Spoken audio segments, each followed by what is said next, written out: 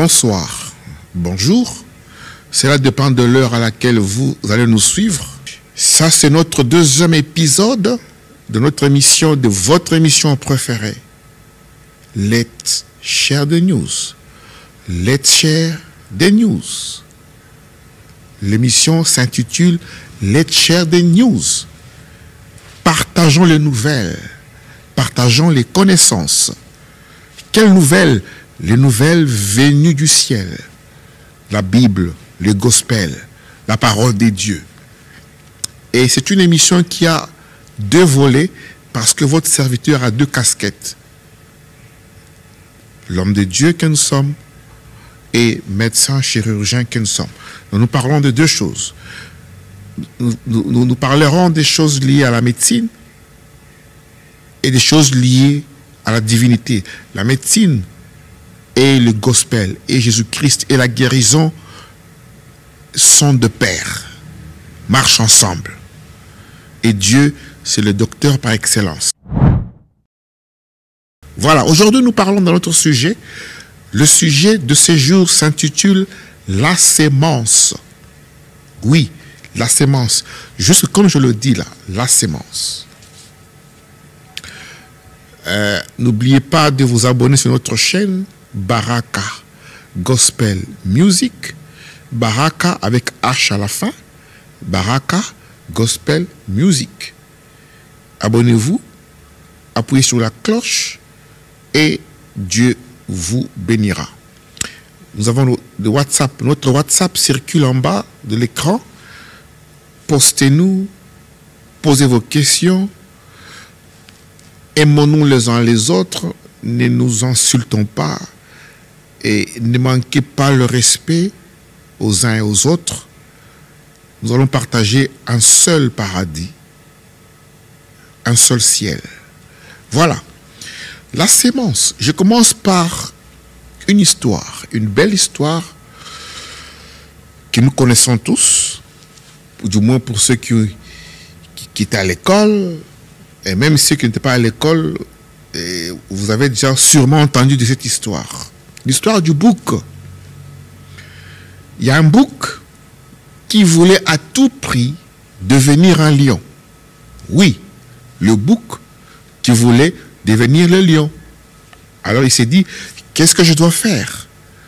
Je dois aller voir l'animal le plus intelligent de la forêt. Notre bouc est parti et est allé voir le singe. Il dit, mon ami le singe, moi, votre frère bouc, je veux devenir le lion. Que dois-je faire? Alors, le singe se gratte la tête et lui dit, mon ami, si tu veux devenir le lion, va, exerce-toi à rugir et à marcher comme les lions. Alors, le bouc est parti, il a commencé à s'exercer, à marcher et à rugir comme les lions. Et après un temps, il a réussi à rugir de telle sorte que lorsqu'il rugit, si tu as le dos tourné, tu croiras que le lion est près de toi. Et il marchait comme les lions, et le rugissement, c'était comme les lions. Alors, il rentre, il voit le singe. Ah, ça y est, très bien. Un jour, votre bouc circulait dans la forêt et il croise la girafe.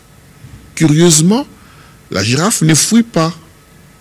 Alors le bouc s'étonne et dit, mais comment cette girafe ne fuit pas les lions? Ne voit-elle pas que je suis le lion et qu'elle doit me fuir? Alors, le bouc commence à marcher comme les lions et il fait le rugissement. Il fait le second, le troisième. Et la girafe regarde, mais mon ami bouc, qu'est-ce que tu fais là? Le bouc se fâche, mais toi girafe, ne vois-tu pas que je suis devenu le lion? Il rugit encore. La girafe se met à rire. Mais mon frère bouc, tu me fais pitié. Tu es devenu le lion, mais tu n'es qu'un bouc. Ah, le bouc était trop triste. Il est encore rentré chez le singe. Mais mon ami singe, je ne suis pas devenu le lion. Regarde, la girafe s'est moquée de moi. Alors le singe lui dit, alors si tu veux devenir le lion, tu as la démarche, c'est bon. Tu sais rugir, c'est bon. Va apprendre à manger la viande. Deviens carnivore. C'est vrai, oui. Le bouc s'en va. Il va aiguiser ses dents. C'est comment manger la viande. Mais il n'arrive même pas à attraper un gibier. Il rentre encore chez le singe. Triste, mais je n'arrive pas à attraper le gibier. Le singe le regarde. Il dit, mais qu'est-ce que je dois faire avec ce bouc qui a perdu la raison? Le bouc était tellement obsédé. Le singe lui dit, regarde, tu sais rugir comme les lions. Tu sais marcher comme les lions. Tu sais manger des viandes comme les lions. Tu as même des dents aiguisées. Maintenant, les lions ne vivent jamais seuls. Les lions vivent en famille. Il y a toujours un lion, une lionne et des lionceaux. Alors va chercher là où il y a des lions. Comme toi tu as un lion, va vivre avec tes pères. Ah, une très bonne idée. Le bouc est parti à la recherche des lions. Et puis tout d'un coup, il voit un groupe de lions assis un peu loin là. Il dit, ah, ça y est. Et il rugit. Oh. Il rugit encore. La lionne, les lions s'étonnent, mais tiens, il y a un autre lion ici par ici. Il commence à regarder, mais où est ce lion qui rugit? Et puis d'un coup, il voit un bouc qui approche. Et le bouc qui continue à rugir. Oh. Papa lion s'est dit, mais finalement, Dieu est bon. Il y a une nourriture qui s'approche de nous d'elle-même. Maman lion regarde, les enfants, et Dieu merci. Il y a la nourriture qui vient. Mais pour le bouc, il a retrouvé ses pères, ses frères et sœurs lions. Et dès qu'il arrive, on l'a attrapé et on l'a mangé. Et l'histoire est finie. Quelle est la leçon dans cette histoire? Il y a belle des leçons dans cette histoire. C'est que, tel que Dieu nous a créés, chacun est une sémence. Jamais un bouc peut devenir un lion. C'est comme si vous prenez un morceau de bois et vous allez dans la mer et vous jetez dans la mer. Et vous espérez que le morceau de bois va devenir un poisson. Même si ça reste dans la mer pendant des siècles et des siècles, ce morceau de bois ne deviendra pas un poisson. C'est vrai que Dieu est souverain. C'est vrai qu'il y a la foi qui peut transporter les montagnes. Mais chaque sémence donne l'arbre selon son espèce. Jamais un avocatier va produire des bananes. Dans votre parcelle, vous avez des avocatiers et à la fin de la saison, vous espérez avoir des bananes. Jamais quelqu'un qui plante des arachides espère aller récolter les patates. Donc Dieu a créé les choses avec des principes. Jamais un aigle peut devenir une poule ou un poussin devenir un aigle. Tel que nous sommes dans, Dieu nous a créés, chacun a une nature. Chacun de vous, chacun de nous est une sémence. La question que je te pose, quelle est donc ta sémence? Qui es-tu? Qui es-tu? Laisse-moi te dire que depuis que Dieu a créé les choses, Dieu a créé les choses par prédestination. Dieu a créé chaque chose par prédestination. Prenons nos Bibles Romains chapitre 8, vous allez voir verset 29 à verset 30, Dieu parle clairement de la prédestination. Il y a la préscience de Dieu. Et il dit, car ceux qu'il a connus d'avance, il les a aussi prédestinés à être semblables à l'image de son Fils, afin que son Fils fût le premier-né entre plusieurs frères. Donc il y a des personnes que Dieu a connues d'avance. Et puisqu'il les a connues d'avance, Dieu les a prédestinés à être semblables à Jésus-Christ, des fils de Dieu. Dieu les a connus bien avant la fondation du monde. D'après la préscience divine, d'après l'élection divine, il y a des gens que Dieu a déjà élus, qui sont ses enfants. Personne ne peut les voler. Personne ne peut les détruire. Personne ne peut les tromper.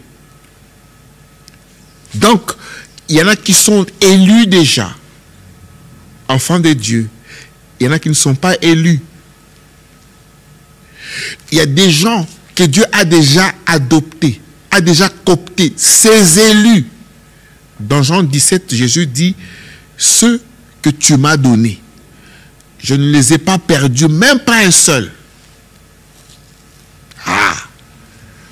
C'est que si tu es un enfant de Dieu là où tu es, tu fais partie des élus. Tu n'es pas un hasard. Tu es le fruit de l'élection divine. Dieu t'a déjà élu, t'a déjà choisi, t'a déjà consacré. Il te connaissait bien avant que tu n'entres dans le sein de ta mère. Il a dit ça à Jérémie, chapitre 1, verset 5. Avant que je t'eusse formé dans le ventre de ta mère, je te connaissais. Toi qui me suis, Dieu te dit ce soir, avant que tu n'entres dans le sein de ta mère, tu étais avec Dieu. Vous parliez, il te connaissait. Et avant que tu fusses sorti de son sein, Dieu t'avait consacré. Je t'avais établi prophète des nations. Dieu parle à Jérémie. Mais à toi, Dieu t'a donné une mission bien précise que tu es en train d'accomplir sur la terre. Si tu ne l'as pas encore fait, le moment viendra où la chose pour laquelle Dieu t'a assigné, tu finiras par la faire. Tu ne peux pas courir avant le temps. Au temps fixé, les choses que Dieu a placées en toi vont sortir. Au temps fixé. Dieu a déjà tout établi, tout placé, car il est le maître de temps et de circonstances. Il contrôle tout. Rien ne peut surprendre Dieu. Dieu n'est pas surpris. Tu es le résultat de la décision de Dieu, de la volonté de Dieu. Écoutez, il dit ceci: je connais mes brebis et mes brebis me connaissent. Lorsque je crie, les brebis reconnaissent ma voix et vont me suivre. Donc, des brebis connaissent leur berger. Ces brebis ont été élues bien avant la fondation du monde. Même l'agneau lui-même était immolé bien avant la fondation du monde. Et quand Dieu a élu ses enfants, il a inscrit leur nom dans le livre de vie de l'agneau et il a scellé le livre. Même Dieu est incapable d'enlever ton nom dans le livre de vie de l'agneau. C'est fini. C'est la préscience, l'élection divine. Tu ne peux pas changer cela. Personne ne peut changer. Moïse est en train de discuter avec Dieu. Et comme Dieu refuse de pardonner les enfants d'Israël, Moïse lui dit, alors enlève mon nom dans le livre de la vie. Et Dieu est incapable de le faire. Si ton nom est inscrit, personne ne peut l'enlever. Même pas Dieu lui-même. Ton nom est inscrit, c'est fini. Tu fais partie de la famille divine. Ne deviens pas enfant de Dieu qui veut. Tu te réveilles un matin, tu décides de devenir enfant de Dieu. Je sais pas de m'imaginer. Si tu le deviens, c'est que tu fais partie des élus bien avant la fondation du monde. Voilà pourquoi la profondeur, appelant l'autre profondeur, et tu te retrouves dans la grande famille des enfants de Dieu. C'est pas un matin qu'une grenouille décide de devenir un poisson, ou un bouc décide de devenir un lion, ou une mangue veut devenir une pomme. Non, chaque sémence donne un fruit selon son espèce. Quelle est ton espèce? Quand vous allez dans Zacharie, non, Ézéchiel, le livre d'Ézéchiel 14, 28, on parle de Lucifer. Lucifer croyait qu'il était l'ange de lumière parce qu'au début, le phénotype, son aspect extérieur, c'était l'ange de lumière. Ça, c'est le phénotype. Mais son génotype, ce qui est caché, ce qu'on ne voit pas, c'était Lucifer. Et Dieu, parce qu'il est omnipotent, omniscient, omniprésent, savait très bien que l'ange de lumière, là, c'est Lucifer, c'est Satan. Car Dieu n'est pas surpris. Dieu ne peut pas être surpris par des choses qu'il a créées. Dieu a créé l'ange de lumière. Dieu a créé Lucifer.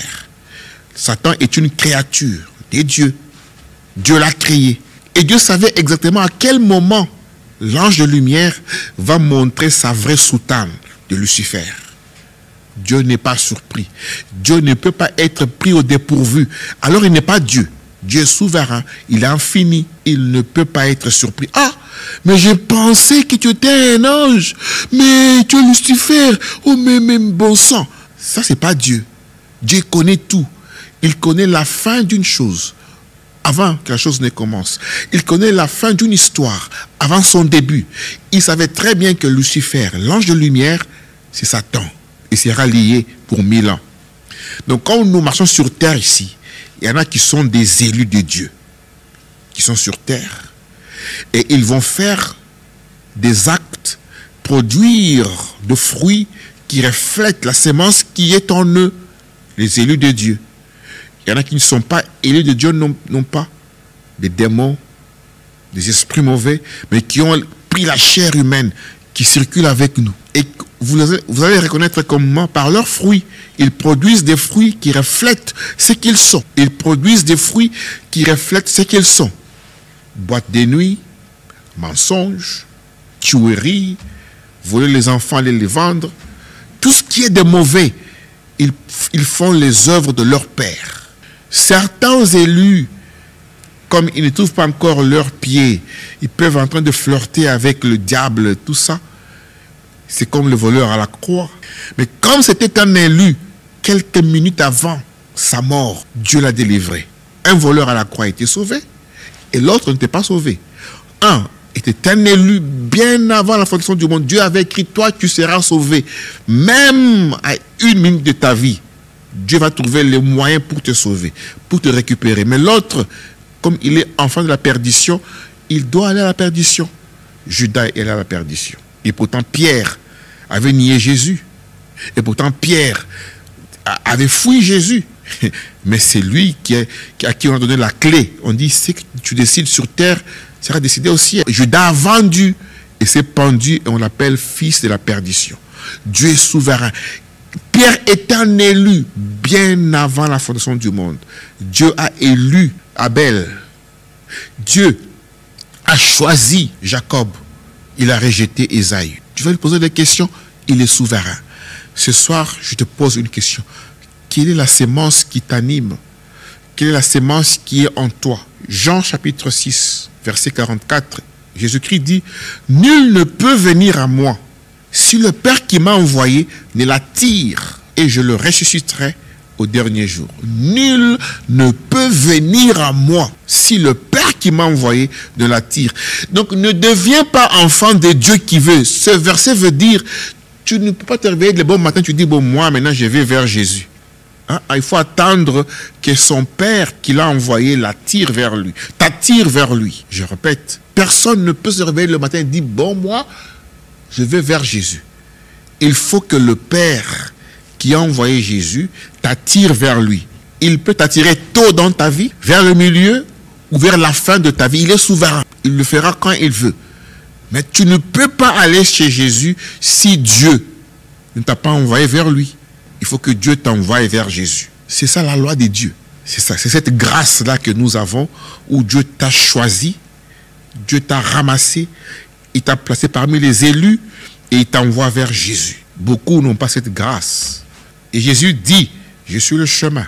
Jean 14, 6, le chemin, la vérité et la vie. Nul ne peut aller à mon Père que par moi. Ces deux versets sont complémentaires. D'autre part, tu ne peux pas aller chez Jésus sauf si Dieu t'envoie vers lui. Et tu ne peux pas aussi aller chez Dieu que par Jésus-Christ. Tu ne peux pas, car le chemin c'est Jésus-Christ. Tu ne peux pas. Alors Dieu t'appelle. Quand Dieu t'appelle, il t'envoie vers Jésus pour finalement arriver chez Dieu. Dieu t'appelle, te montre le chemin. Et le chemin s'appelle Jésus-Christ. Tu empruntes ce chemin-là qui s'appelle Jésus-Christ. Et la porte s'appelle Jésus-Christ. Et tu entres pour arriver chez Dieu. Donc c'est Dieu qui décide. Qui est mon fils, qui n'est pas mon fils. Et quand il décide, il va mettre en toi la charge de le servir. L'amour de le servir. La volonté de le servir. De prier, de jeûner, de chanter, de le louer, de l'adorer. Il va mettre des choses en toi qui vont sortir comme des fruits. Il va placer des dons en toi. Voilà, Nicodème, Jean chapitre 3, va voir Jésus-Christ la nuit. Jésus lui dit, tu dois naître de nouveau. Le fait que Nicodème va chez Jésus, parce que Nicodème, c'est un prêtre, un sacrificateur, parmi les pharisiens. Il connaît la loi, il connaît la Bible. Mais il y avait beaucoup d'autres sacrificateurs qui étaient là avec lui. Pourquoi seulement lui sort et va chez Jésus et pas les autres? Ils étaient nombreux. Pourquoi? Parce que Nicodème était déjà élu bien avant la fondation du monde. Que toi tu sortiras parmi les autres là, tu viendras vers moi. Et quand tu viendras vers moi, je te dirai des choses qui vont te toucher et tu me suivras pour toujours. Et quand Nicodème est arrivé, Jésus lui a dit de naître de nouveau. Ça a créé un bouleversement en lui. Et la sémence de Dieu qui était en lui commençait à grandir. À grandir. À grandir. Il commençait à comprendre les choses que les autres. Il a trouvé sa place. Et depuis, il suivait Jésus-Christ. Et vous allez voir, les jours où Jésus est mort à la croix, Nicodème est parmi ceux qui sont venus enlever Jésus à la croix et aller l'enterrer. Alors que les disciples, Pierre et tous les autres disciples que Jésus aimait beaucoup, avaient fui. Ils avaient eu peur. Ils sont laissés cacher. Mais Nicodème est allé enterrer Jésus-Christ. Était là, il a dit, ça c'est le maître. Il a pris, il a réclamé, ensemble avec l'autre frère là, je crois c'est Joseph d'Arimathie. Ils sont allés enterrer Jésus-Christ. Nicodème a suivi Jésus, est devenu un de ses disciples. Nul ne peut venir à mon Père. Nul ne peut venir à moi si le Père qui m'a envoyé ne l'attire. Le bouc ne peut pas devenir un lion. Le lion est lion par la décision divine. Mon frère, le rôle que tu joues à l'église ou partout dans la société, tu l'es par la bonté divine, par l'élection divine. Il n'y a aucun effort que tu as fait. Il faut cesser de t'enorgueillir. Quelle est la sémence que tu as? La question que je te pose. Quelle est donc la sémence qui est en toi? Tu ne peux pas s'aimer les arachides, comme j'avais dit au début, pour aller récolter les haricots. C'est impossible. Et on a parlé de Lucifer ici, qui était l'ange de lumière, mais Dieu savait très bien qui il était. Beaucoup de gens que vous voyez, ils commencent un ministère et puis il va rétrograder. C'est parce que, comme on dit dans le monde, qui chasse le naturel, il revient au galop. Donc le temps l'a rattrapé. Lucifer avait commencé un ministère angélique, un ange, choral, il chantait. Mais petit à petit, plus l'onction augmentait, la vraie sémence sortait et l'image réelle est sortie. Beaucoup de ceux qui se disent fils de Dieu, la vraie image sortira et ils seront exposés. Quelle est donc ta sémence? Quelle est donc ta sémence? Réflexion, pensez-y. Qui êtes-vous? As-tu déjà retrouvé tes pas? Est-ce que ton nom est inscrit dans le livre de vie de l'agneau? Parmi les élus de Dieu, est-ce que tu es là? Parmi les gens pour qui Jésus a écrit dans Jean 17, est-ce que tu es parmi ces gens-là? Voilà. Aujourd'hui, on s'arrête là et rendez-vous jeudi prochain, pour le numéro qui suivra, l'épisode numéro 3. Let's share the news. Partageons les connaissances, partageons les nouvelles, aimons-nous les uns les autres. C'est votre serviteur Benjamin Kalala. Ciao, ciao, et que Dieu vous bénisse.